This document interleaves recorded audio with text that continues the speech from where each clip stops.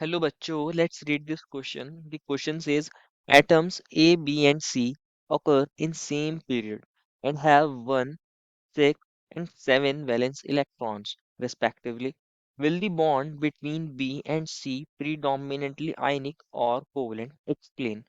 बच्चों इस क्वेश्चन में हमें बोला गया है कि तीन एलिमेंट्स हैं ए बी सी, मतलब तीन एटम्स हैं ए बी सी एलिमेंट्स के, और वो सेम ही पीरियड में बिलोंग करते हैं। और बताया गया है कि जो ए है बच्चों, उसके पास एक वैलेंस इलेक्ट्रॉन है, बी के पास 6 वैलेंस इलेक्ट्रॉन है और सी के पास 7 वैलेंस इलेक्ट्रॉन है। और हमें बताना है जो बी और सी के बीच में जो बॉन्ड बनेगा वो आयनिक बॉन्ड होगा या फिर कोवेलेंट बॉन्ड होगा, तो इसको ही बताना है। तो फर्स्ट ऑफ ऑल बात करते हैं बच्चों इस क्वेश्चन के की कंसेप्ट के बारे में, और समझते हैं इस क्वेश्चन के की कंसेप्ट को। की कंसेप्ट क्या होगा बच्चों? Electronegativity difference. क्या होगा बच्चों की कंसेप्ट? Electronegativity difference. समझते हैं क्या मतलब है इलेक्ट्रोनेगेटिविटी डिफरेंस का। बेसिकली हर एटम की एक इलेक्ट्रोनेगेटिविटी वैल्यू होती है, और उस इलेक्ट्रोनेगेटिविटी डिफरेंस के बेस पर हम बता सकते हैं। मान लीजिए दो एटम्स हैं, उनकी अलग अलग इलेक्ट्रोनेगेटिविटी है, और उन दोनों की इलेक्ट्रोनेगेटिविटी में जो डिफरेंस है उसके बेसिस पर हम बता सकते हैं कि कोई बॉन्ड आयनिक होगा या फिर कोई बॉन्ड कोवेलेंट होगा।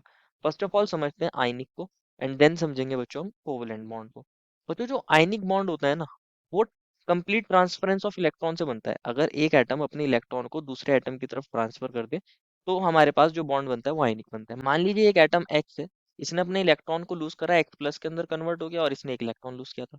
एक एटम एटम वाई है, इसने इसी इलेक्ट्रॉन को गेन कर लिया और ये वाई नेगेटिव के अंदर कन्वर्ट हो गया। तो एक्स प्लस और वाई नेगेटिव यहाँ कैटायंस और एनायंस फॉर्म हुए, और इनके बीच में बच्चों एक strong electrostatic force of attraction लग रही है, जिसको हम बोलते हैं आयनिक बॉन्ड। तो यहाँ आयनिक बॉन्ड बनता है by complete transfer of electron. लेकिन अगर वहीं बात करी जाए कोवेलेंट बॉन्ड की, तो कोवेलेंट बॉन्ड जो बनता है बच्चों वो बाय शेयरिंग ऑफ इलेक्ट्रॉन बनता है। कैसे बनता है? Sharing of electron. इलेक्ट्रॉन की शेयरिंग से बनता है। मान लीजिए एक एटम एक्स है, इसके पास एक इलेक्ट्रॉन है, एक एटम वाई है, इसके पास इलेक्ट्रॉन है। इन दोनों ने आपस में बॉन्ड बना लिया, शेयरिंग कर ली। इस तरीके के बॉन्ड को बोलते हैं बच्चों कोवेलेंट बॉन्ड। अब ध्यान से समझना है बच्चों, क्योंकि बच्चों अगर आप देखोगे आयनिक बॉन्ड जब बनता है तो एक एटम अपने इलेक्ट्रॉन को लूज करता है, दैट मीन्स उसकी इलेक्ट्रोनेगेटिविटी कम होनी चाहिए। और दूसरा एटम जो वाई है ये इलेक्ट्रॉन को गेन कर रहा है, दैट मीन्स इसकी इलेक्ट्रोनेगेटिविटी वैल्यू हाई होनी चाहिए। अगर एक्स की इलेक्ट्रोनेगेटिविटी वैल्यू कम होगी, इलेक्ट्रोनेगेटिव ये कम नेचर का होगा, तो ये इजीली इसके लिए इलेक्ट्रॉन लूज करना इजी हो जाएगा। और वाई के लिए अगर इलेक्ट्रोनेगेटिविटी ज्यादा होगी तो ये इजीली इलेक्ट्रॉन को एक्सेप्ट कर लेगा। तो इलेक्ट्रोनेगेटिविटी डिफरेंस कैसा होना चाहिए यहाँ पे? आयनिक बॉन्ड के लिए हाई होना चाहिए। अगर इलेक्ट्रोनेगेटिविटी डिफरेंस की बात करें तो ये वैल्यू कैसी होनी चाहिए? हाई होनी चाहिए, तब आयनिक बॉन्ड की फॉर्मेशन होती है। और अगर बात करें कोवेलेंट बॉन्ड की, तो यहाँ क्या हो रहा है बच्चों? ना तो एक्स ने अपने इलेक्ट्रॉन को कंप्लीटली लूज करा है, ना वाई ने लूज करा है। दोनों अपने इलेक्ट्रॉन्स को शेयर कर रहे हैं। अगर एक भी लूज कर देता तो आयनिक बॉन्ड बन जाता। अगर एक भी अपने इलेक्ट्रॉन को लूज कर देता है, एक भी एटम, तो आयनिक बॉन्ड बन जाता है। लेकिन यहाँ कोई अपने इलेक्ट्रॉन को लूज नहीं कर रहा, दोनों अपने अपने इलेक्ट्रॉन को शेयर कर रहे हैं। क्योंकि कोई लूज नहीं कर रहा, दैट मीन्स इनकी जो इलेक्ट्रोनेगेटिविटी वैल्यू है वो नियर बाय है। ऐसा बोल सकते हैं इनकी जो वैल्यू है वो नियर बाय है या कंपेरेबल है, ज्यादा एनर्जी में डिफरेंस नहीं है। तो हम बोल सकते हैं लो इलेक्ट्रोनेगेटिविटी डिफरेंस है। एक्स और वाई की इलेक्ट्रोनेगेटिविटीज में ज्यादा डिफरेंस नहीं है, कम है। इसलिए कोई भी अपने इलेक्ट्रॉन को इजीली लूज नहीं कर रहा और कोई भी एकदम से गेन नहीं कर रहा, सिर्फ शेयरिंग चल रही है। तो यहाँ अगर बात करें कोवेलेंट बॉन्ड की, तो यहाँ इलेक्ट्रोनेगेटिविटी डिफरेंस लो होता है।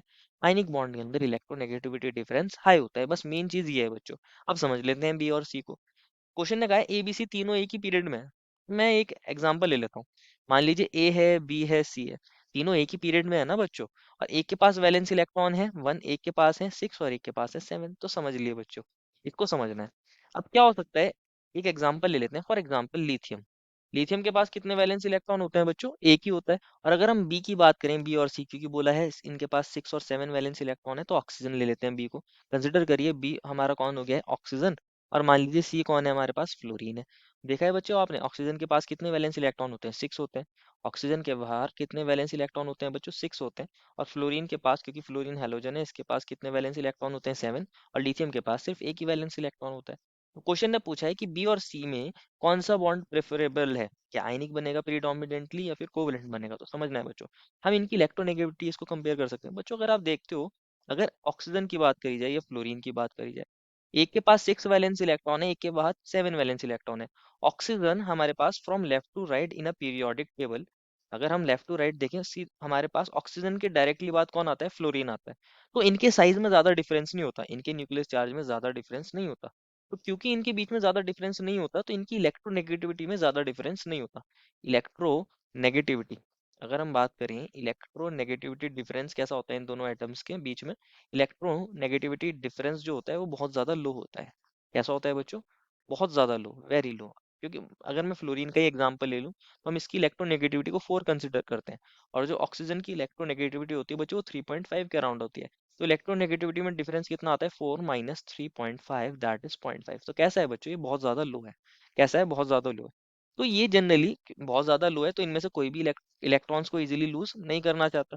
और ये मोस्ट प्रोबेबली कौन सा बॉन्ड पसंद बनाना पसंद करते हैं? ये कोवेलेंट बॉन्ड बनाना पसंद करते हैं। तो मान लीजिए एक एटम ये बी है, एक एटम सी है। बी के वैलेंस शेल में कितने इलेक्ट्रॉन है? 6 है बच्चों, 1 2 3 4 5 6। और सी के पास कितने इलेक्ट्रॉन थे बच्चों? 7 थे। ये इसके 7 इलेक्ट्रॉन है। तो क्या करेगा बी? सी के साथ शेयरिंग कर लेगा इलेक्ट्रॉन्स की। तो सी का तो ऑक्टेट कंप्लीट हो गया, बी का नहीं हुआ।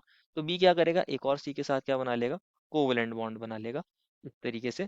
तो यहाँ पर क्या होगा? अब बी का भी ऑक्टेट कंप्लीट, सी के भी ऑक्टेट कंप्लीट, सभी के इलेक्ट्रॉन्स कंप्लीट हो गए। तो इस तरीके से ये बॉन्ड बनाते हैं। और कौन सा बॉन्ड बनाते हैं बच्चों? ये कोवेलेंट बॉन्ड बनाते हैं, शेयरिंग करते हैं, क्योंकि इलेक्ट्रोनेगेटिविटी में डिफरेंस ज्यादा नहीं है। बच्चों ऐसा देखा जाता है जनरली, अगर इलेक्ट्रोनेगेटिविटी में डिफरेंस 1.7 से ज्यादा होता है, मोर देन 1.7, मोर देन 1.7, तो आयनिक बॉन्ड बनता है। और अगर लेस देन 1.7 होता है बच्चों, तो कोवेलेंट बॉन्ड जनरली बनता है। लेस देन 1.7 तो कोवेलेंट बॉन्ड बनता है, और अगर मोर देन होगा तो आयनिक बनेगा। तो जैसे अभी हमने देखा फ्लोरीन और ऑक्सीजन, एक के पास 6 वैलेंस इलेक्ट्रॉन, एक के पास 7 वैलेंस इलेक्ट्रॉन, तो इनकी इलेक्ट्रोनेगेटिविटी में डिफरेंस भी 0.5 था, ज्यादा नहीं था। ज्यादा नहीं था, 1.7 से कम ही था। तो ये कोवेलेंट बॉन्ड बनाना चाहिए। अगर बी और सी ऐसे एटम है, एक के पास 6 वैलेंस इलेक्ट्रॉन है, एक के पास 7, तो क्या होगा? इनकी इलेक्ट्रोनेगेटिविटी में ज्यादा डिफरेंस नहीं होता। सो ये हमारे पास कोवेलेंट बॉन्ड बनाना प्रेफर करते हैं। Therefore final answer is B and C predominantly form covalent bond. I hope you understood it well, and best of luck.